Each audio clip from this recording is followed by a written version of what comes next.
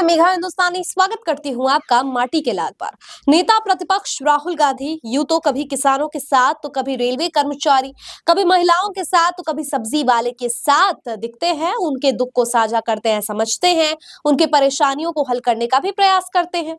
तो आज इसी एक नए अवतार में राहुल गांधी एक स्टोर पर जाते हैं, किराना की दुकान पर सामान बेचते हुए बहुत विचित्र, बहुत ही अलग ढंग में आज नजर आते हैं। और राहुल गांधी की जितनी प्रशंसा की जाए उतनी कम है, क्योंकि राहुल गांधी केवल किराना स्टोर पर जाकर सामान बेचते या लोगों से बात नहीं करते हैं, बल्कि कुछ ऐसी बातें मैं हमेशा से कहती हूँ। राहुल गांधी की खासियत ये है कि वो बहुत ही बड़े फिलोसफर, बहुत ही स्पिरिचुअल लेवल पर सोचते हैं, जो अभी के समय पर आम व्यक्ति उस तर्ज पर नहीं सोचता। क्योंकि राहुल गांधी की पढ़ाई, शिक्षा दीक्षा भी विदेश से हुई है, तो उस तरीके का फिलॉसफी, उस तरीके की स्पिरिचुअलिटी जो है आम इंसान के बस की नहीं। आम इंसान छोड़िए, किसी भी राजनेता की बस की नहीं आज के टाइम पर। जैसे शशि थरूर को कहा जाता है कि उनकी इंग्लिश की वोकैबुलरी काफी जबरदस्त है, बस राहुल गांधी की भी वो स्पिरिचुअलिटी और वो फिलोसफिकल आइडियाज जो है वो कमाल के हैं। और ऐसे में अंधभक्तों का भी, जो कहते हैं ना, उनको अजीब अजीब नामों से पुकारते हैं राहुल गांधी का मजाक उड़ाने के लिए, वो शब्द भी मैं नहीं दोहराना चाहूंगी, लेकिन उनके गालों पर आज तमाचा जरूर पड़ा है। जैसे राहुल गांधी किराना स्टोर पर जाते हैं, लोगों से मिलते हैं, बातचीत करते हैं और बताते हैं कि कैसे ये चीज जो उन्होंने बताई वो मेरे दिमाग में भी नहीं आई, कि कैसे ब्लिंकिट बनाम किराना स्टोर की इस लड़ाई में कैसे हम समझते हैं ना, अगर ऑनलाइन वर्सेस ऑफलाइन देखें तो ऑनलाइन में चीजें सस्ती मिलती है, चीजें जल्दी आती है, रिटर्न के भी ऑप्शन होते हैं, बहुत सी ऐसी चीजें होती है। लेकिन एक चीज जिसकी वजह से किराना स्टोर, ब्लिंकिट या कहूं कि ऑनलाइन के एप्स को बीट करता है, वो है कनेक्टिविटी और रिश्ता बनाना। यानी आपको ऑनलाइन ये ऑप्शन नहीं मिलेगा कि आज आपके पास पैसे नहीं है तो बाद में दे देना। हालांकि ईएमआई पे बहुत सारी चीजें होती है कि ईएमआई पे आप इतने पैसे दे दो, इतने पैसे हर महीने कटता है, लेकिन अगर आपके पास बिल्कुल पैसे नहीं है तो ये ऑप्शन नहीं होता कि आप पैसे ही ना दो। लेकिन यही वाली चीज किराना स्टोर पर एडवांटेज के रूप में नजर आती है।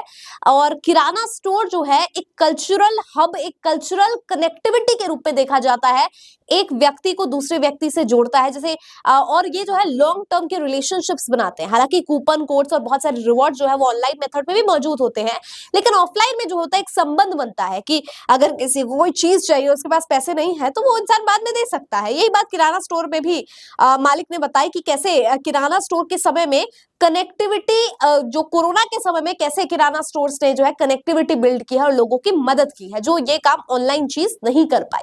तो ऐसे अलग है ऑनलाइन और ऑफलाइन का। अब समझिए कि राहुल गांधी ने क्या बात करी है। तो ये बात उन्होंने बताई जो काफी दिलचस्प थी। दूसरी, कैसे जीएसटी की वजह से वैट, काफी ज्यादा टैक्स देना पड़ जाता है। और वहां पर दुकान वाले, किराना स्टोर वाले ने बताया कि आधे से ज्यादा समय तो वही सब चीज वैट की और सारी डिटेल्स फिल करने में चला जाता है और हम अपनी चीजों पर ध्यान ही नहीं दे पाते। यानी जीएसटी जब से लाया गया है तब से बहुत सारे कॉम्प्लायंसेस और बहुत सारे टैक्स जो है उस पर भरने में ही पूरा समय, आधा समय चला जाता है। तो बाकी समय हम कैसे ये सारी चीजें कर पाएंगे। यानी जीएसटी के प्रभाव कितना पड़ा है, किराना स्टोर वालों ने ये भी बताया। और साथ ही उन्होंने बताया, और सबसे महत्वपूर्ण प्रश्न राहुल गांधी ने पूछा कि अगर सोचिए कि आपका धंधा ठप हो जाता है तो आप क्या करेंगे। फिर वो कहते हैं कि हमें जॉब करना पड़ेगा। यानी आज के समय में बिजनेस में कितना ज्यादा रिस्क है और ये रिस्क लोग ले रहे हैं, बावजूद इसके सरकार उन एंटरप्रेन्योर्स को, उन बिजनेस पर्संस को सपोर्ट करने की बजाय जीएसटी जैसे टैक्सेस लाकर उनकी कमर तोड़ने का काम कर रही है। अब आप खुद सोचिए, अगर कोई स्मॉल बिजनेस या मीडियम एंटरप्राइज है किसी का, और सरकार को तो उसमें इन्वेस्ट करना चाहिए, इन्वेस्ट नहीं तो कम से कम कुछ ऐसा टैक्स से तो राहत देनी चाहिए ना, बजाय इसकी कि आप इतने सारे टैक्स ही थोप दो कि वो इंसान अपना बिजनेस छोड़ के जॉब करने लग जाए। बस यही स्थिति हो गई है। क्रोनी कैपिटलाइजेशन का मतलब ही यही होता है कि चंद पूंजीवादी लोगों के हाथ में देश की आधी से ज्यादा, या कहूं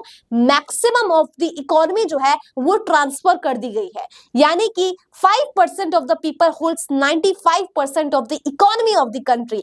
95% इकोनॉमी जो वित्त है देश का, वो महज 5% पूंजीवादी लोगों के हाथ में है। और यही से पूरी की पूरी अर्थव्यवस्था भारत की गड़बड़ा जाती है। आपको पिछले वीडियोस में भी मैंने आपको लगातार बताया है कि भारत में जीडीपी का स्तर गिरता जा रहा है, जिसका प्रमुख कारण मैन्युफैक्चरिंग की कमी है। यानी उत्पादन में कमी इस वजह से हो रही है क्योंकि मार्केट में डिमांड जो है वो पूरी नहीं कर पा रहे हैं। या तो ये वजह हो सकती है या दूसरी वजह हो सकती है कि डिमांड ही नहीं है, जिसकी वजह से मैन्युफैक्चरिंग नहीं हो रही है। दोनों ही केसेस में अगर आप समझे, आउटसोर्सिंग भारत से बहुत ज्यादा हो रहा है। इकोनॉमिकल टर्म्स है, आप समझ पाएंगे कि आउटसोर्सिंग की वजह से भारत को जो है अर्थव्यवस्था में नुकसान हो रहा है, क्योंकि इंडिया के लोग अगर बाहर काम कर रहे हैं, और उसकी भी वजह है क्योंकि इंडिया में लैक ऑफ अपॉर्चुनिटीज है, कोई अपॉर्चुनिटी ही नहीं है। कोई अगर बिजनेस कर रहा है तो इतने सारे जीएसटी लगा दिया जाता है, किराना स्टोर वाला बिजनेस तो वो क्यों ही करेगा अगर ऑनलाइन में इतना ज्यादा फायदा है। कहने का ये मतलब है दोस्तों कि ऑनलाइन में बेशक कितने भी फायदे हो, ऑफलाइन में एक फायदा कनेक्टिविटी है, लेकिन बावजूद उसके, वो इतना बड़ा फायदा है, बावजूद इसके सरकार प्रोत्साहित करने की बजाय जीएसटी जैसे डेंजरस और कहूं इतने ज्यादा बड़े बड़े भारी भरकम टैक्सेस लगा देती है, जिसकी वजह से बिजनेस करने वाले लोग अपना उत्साह खो देते हैं और लिहाजा वो जॉब करने लग जाते हैं और इकोनॉमी में कंट्रीब्यूट अपने वैसे नहीं कर पाते, और वो जॉब के लिए ज्यादा सोचेंगे कि आप फॉरेन कंट्रीज जाए, फॉरेन मल्टीनेशनल कंपनीज ज्वाइन करें, जिसकी वजह से भारत की अर्थव्यवस्था को काफी नुकसान पहुंचता है। तो यही राहुल गांधी ने काफी इन डेप्थ बात की है। अगर आपको पूरी वीडियो देखनी है, आप राहुल गांधी के यूट्यूब चैनल के जरिए भी समझ सकते हैं, और मैंने सारांश आपको बता दिया है। और अब आपको तय करना है कि जीएसटी को लेकर राहुल गांधी वहां जा रहे हैं, बात कर रहे हैं लोगों से, तो ये शैडो प्राइम मिनिस्टर के रूप में जो राहुल गांधी दिख रहे हैं, आगे आने वाले वर्ष हो सकता है वो प्रधानमंत्री बन जाए, लेकिन वास्तविक अभी जो प्रधानमंत्री है वो क्यों अर्थव्यवस्था को लेकर बात नहीं कर रहा है, ना मणिपुर को लेकर, ना अडानी को लेकर, जिन मुद्दों पर आज चर्चा होनी चाहिए। आपको क्या लगता है पूरी वीडियो पर कमेंट करके बताइए। मुझे दीजिए इजाजत, देखते रहिए माटी के लाल। धन्यवाद।